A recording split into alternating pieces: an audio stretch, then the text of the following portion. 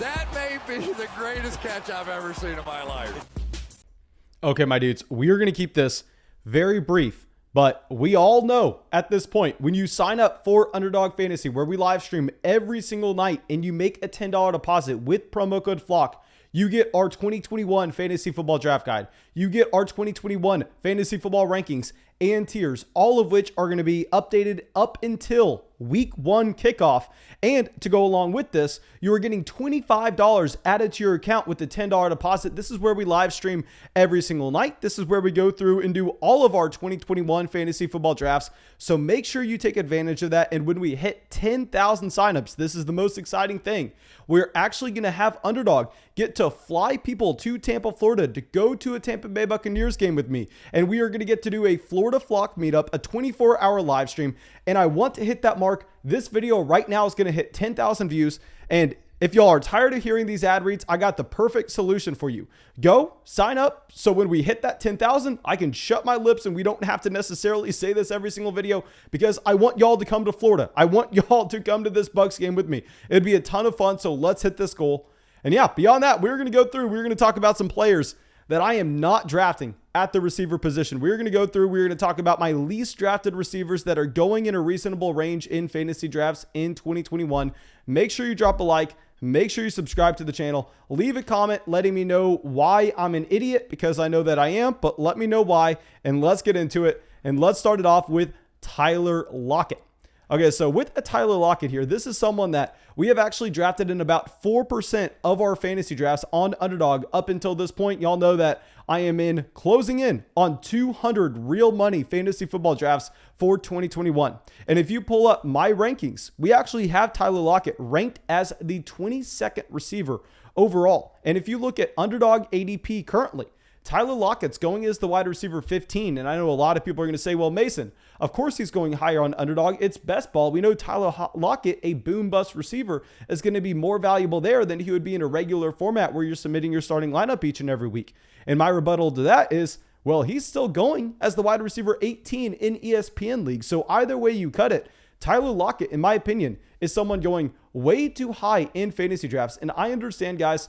I mean, you pull this up, and with Tyler Lockett, it's crazy to see. Last year, he finishes as the wide receiver 12 on a per game basis.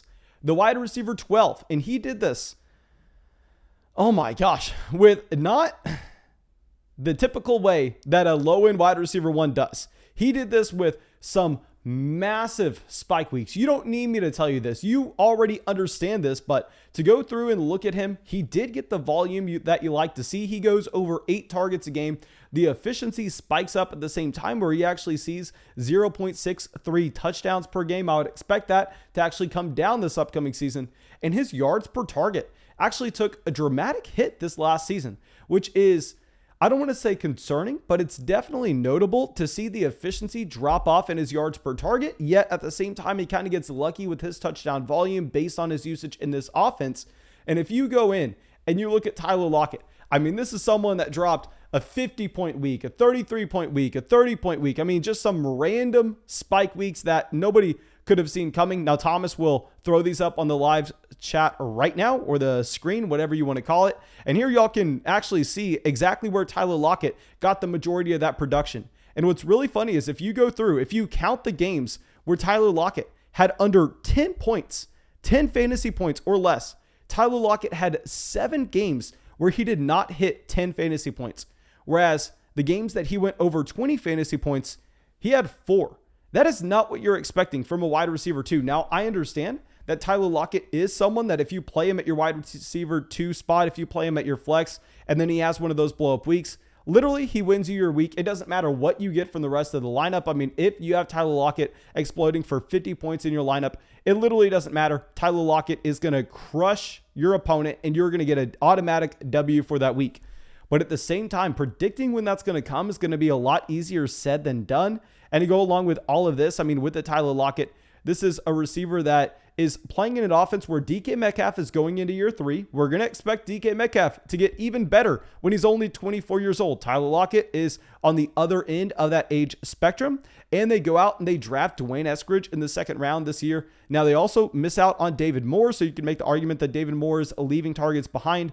But while I love making the bet on DK Metcalf to make up the elite jump to become the alpha receiver in Seattle, so I'm completely fine drafting DK Metcalf because I love Russell Wilson. I didn't think that we were going to be on the side of the fence where I was saying that Tyler Lockett was going to be overrated in fantasy drafts, because I thought a lot more people were going to really focus in on the production that we saw in the context that we had it in and go, okay, well, Tyler Lockett's a wide receiver 3 in fantasy. And I was expecting to come out here and go, no, I think Tyler Lockett's a low end wide receiver 2. We're willing to take the risk. We're willing to draft him in that range.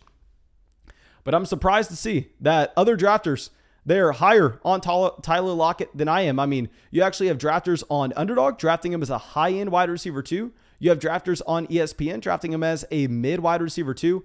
Personally, I can't get there, so he's just going to be someone that's an easy avoid for me. I mean, I've only drafted him in about 4% of leagues so far. Y'all know I play in a ridiculous amount of leagues, so, I mean, that's a very low number. Now, going over to our next guy, I mean, this is going to be Chase Claypool. And here with the Chase Claypool, there are a couple concerning things. I will say that we can acknowledge that Claypool has an elite ceiling. If he puts everything together and you get the amount of snaps and the amount of routes run that would be adequate for Chase Claypool to be able to come out and be in the same tier of a Deontay Johnson and the amount of targets that he is going to see, we know that Claypool, if he had the same amount of targets that Deontay Johnson had last year, Chase Claypool would be a wide receiver 1 in fantasy. I mean, the efficiency would be through the roof, given his size, given his speed, and that would be just absolutely ridiculous. But I am worried about a couple things here with Chase Claypool. So something that I have not heard anybody talk about whatsoever is what the Pittsburgh Steelers are going to be doing with their formation this upcoming season. Because this is something that I think we have to kind of use the preseason for. And that y'all have seen both Eric Ebron and Pat Freiermuth get a decent amount of work through the first few weeks from the preseason for the Pittsburgh Steelers. Now, what I will say here is I'll say, I don't necessarily know if that's changing anytime soon. I think that we're actually going to see a decent amount of 12 personnel from this team, and it would make sense because we understand that Ben Roethlisberger doesn't necessarily have the arm strength that he did previously. They go and they invest in Najee Harris in the first round, which kind of tells us that this is a team that probably wants to get back to running the ball more. So it makes a lot of sense for them to go and switch over to more 12 personnel heavy set where they have 2 tight ends on the field that can increase their run blocking efficiency. Pat Freiermuth has actually looked really good so far in the preseason. Eric Ebron, we know who Eric Ebron is, and I think that they are going to want him on the field compared to a Chase Claypool. Not every snap. Now, of course, Claypool is a much better NFL player than Eric Ebron, Pat Freiermuth. I think this is more so about the Pittsburgh Steelers wanting to bring the passing volume down, wanting to increase their run efficiency, maybe slow the game down as well, given the fact that they have an elite level defense. And if that change in their personnel is happening, I think it's going to be very hard for me to get behind Chase Claypool all of a sudden running the same amount of routes as a Deontay Johnson. And yes, he can be very efficient, but at the same time, if the volume's not necessarily going to be there, I'm worried. And I'm not considerably lower on him if you look at our wide receiver rankings. I mean, if you look at our wide receiver rankings, I actually have him as the wide receiver 27. And on Underdog, he is currently being drafted as the wide receiver 25. So that's not a massive gap. But if you look at the overall rankings, I mean, he is currently going at the beginning of the 5th round on Underdog, whereas I have him as a pick that I would rather have at the beginning of the 7th round. So I think that the stark differences that we have there, where I have him as a late 6th, early 7th, and you're seeing him go in the 5th round in a lot of drafts, that's not going to allow me to draft Chase Claypool that often. I think that the preseason, based on what it looks like the Pittsburgh Steelers want to do, that's not necessarily going to be the best for Chase Claypool's production in terms of getting him out there running more routes, and more routes is exactly what you're going to need for Claypool. And this bet with the Chase Claypool is more like, okay, are they going to run a lot of 11 personnel? Because if they're going to run a lot of 11 personnel, then Claypool's going to be on the field very often. We know this is going to be someone that can draw targets on a per snap basis at a high clip, but I don't know if he's going to be getting the snaps. I don't know if he's going to be getting the route runs, even though he is an extremely talented receiver. I just don't necessarily think that they're going to want to air it out that much in Pittsburgh. Now going to another offense where I'm not sure that they want to air it out that often. Let's go over to Chicago and let's go to a Darnell Mooney. And I know this is someone that everybody loves, and Jayan always talks about this in the live chat, that these players that come off the waiver wire for fantasy football leagues, I mean, they are the fan favorites. They are the guys like a Terry McLaurin. That's the Darnell Mooney, the guys that people love because they have fond memories of them coming from nowhere, and they're an easy player to root for. Everybody here wants to root for Darnell Mooney coming out here and making Jalen Ramsey look like a clown. Everybody wants to see that. Everybody wants to say, well, Mason, did you not see Darnell Mooney? He was open on so many plays. He actually got open deep very often, and it was just the quarterback play in Chicago that didn't allow him to thrive. Well, my argument with that is that same quarterback play allowed Allen Robinson to see about 25% of this team's target share. And at the same time, it allowed Allen Robinson to be a low-end wide receiver one, where, yes, I know that Darnell Mooney was a rookie, but at the same time, Darnell Mooney, the wide receiver, 63 on a per game basis. And now, of course, I'm going to be expecting him to get better, but at the same time, I think with the addition of Justin Fields to this offense and how they want to utilize the running game with David Montgomery, I'm expecting that this is maybe going to be an offense that looks to slow the game down, very similar to what we talked about with Pittsburgh. And maybe they want to use some more RPOs. Maybe they want to run the ball a little bit more. I'm not necessarily expecting them to air it out. And yes, Chicago doesn't have the same defense that they did a few years ago. This is not the best defense in the NFL, but it's still a good unit. So understanding that they have a good defense, understanding that this is going to be a rookie quarterback, and I'm going to expect the rookie quarterback to do exactly what we have seen from rookie quarterbacks time and time again, lock in to their top target in the offense, which will be Allen Robinson. Allen Robinson will see 25% of his team's targets. Darnell Mooney, it's very hard for me to get there with him. I mean, I actually have him ranked as our wide receiver. Keep in mind, don't hate me. Let me explain myself. Our wide receiver 55. And I know a lot of people are going to scream, Mason, you idiot. Mason, you fool. You have no idea what you're doing. Okay, guys, go to the comment section. I will tell you exactly who I have ranked right ahead of a Darnell Mooney. These are the receivers I have ranked ahead of him. Devontae Parker, Michael Pittman, Elijah Moore, Corey Davis, and Michael Thomas. Let me know who you're moving him ahead of in that group. Personally, I can't move him ahead of any of those players.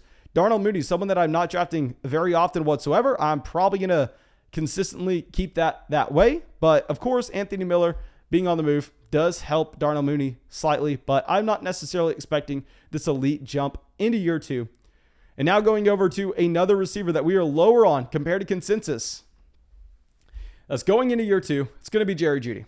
Okay, so with Jerry Jeudy here, this is someone that I've actually only drafted in about 5.8% of my fantasy drafts, which isn't that much lower compared to a baseline that you would expect at 8.3%.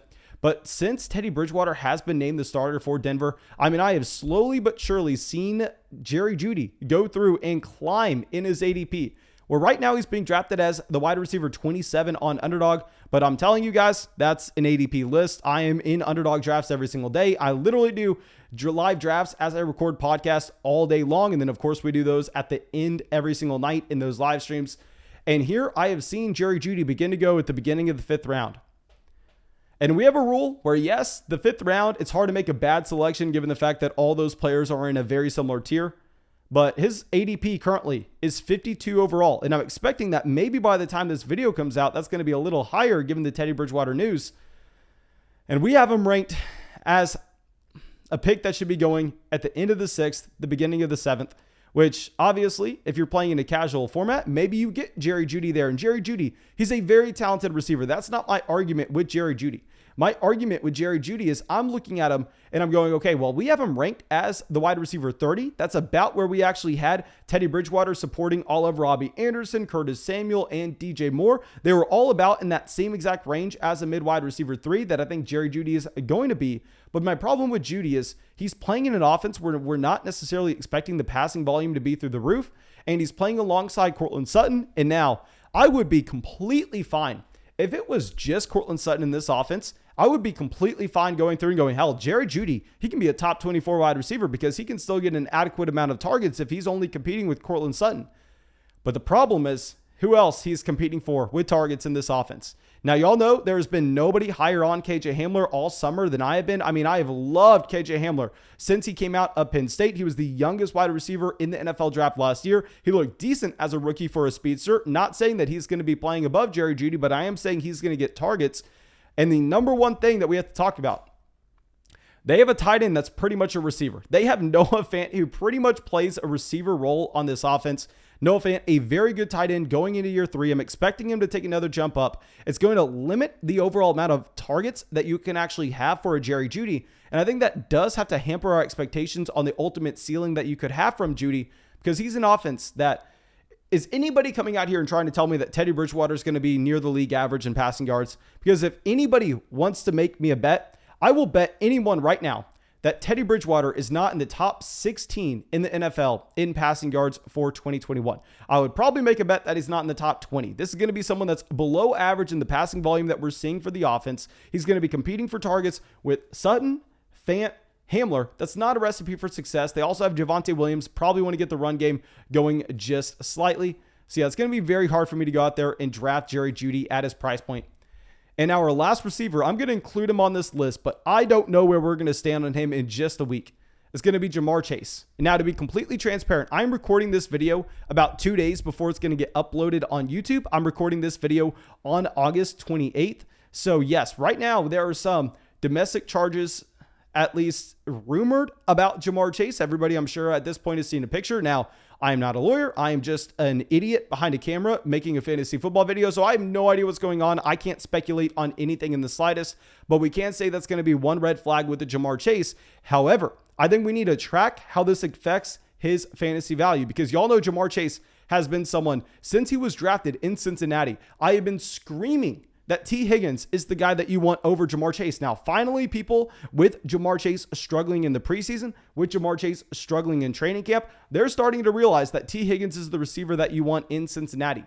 Now, I will say with Ja'Marr Chase, on the other hand, you can see an elite ceiling based on what we actually had at LSU in 2019, where he was younger than Justin Jefferson. He put up more yards per game. He put up more touchdowns per game than Justin Jefferson. So he was more impressive in every metric that you would want to look at. And he was younger when he was dominating targets there in Louisiana. Now, I will say with the Jefferson that it's really going to depend on what your league mates do, because if your league mates are scared and you're able to all of a sudden get Justin Jefferson in the end of the 6th round, then of course you're drafting Justin Jefferson. You're taking that draft pick every single time. Now, my problem with the Ja'Marr Chase is that, I mean, this was someone that was going consistently in the 4th round just about a week ago. Now, I will say that I don't think the drop should be that far until we get news by the NFL, but I do not know what the fantasy football community is going to be doing with the draft price for a Justin Jefferson. So I will say, if his ADP stays anywhere close to where it currently is, you cannot consider drafting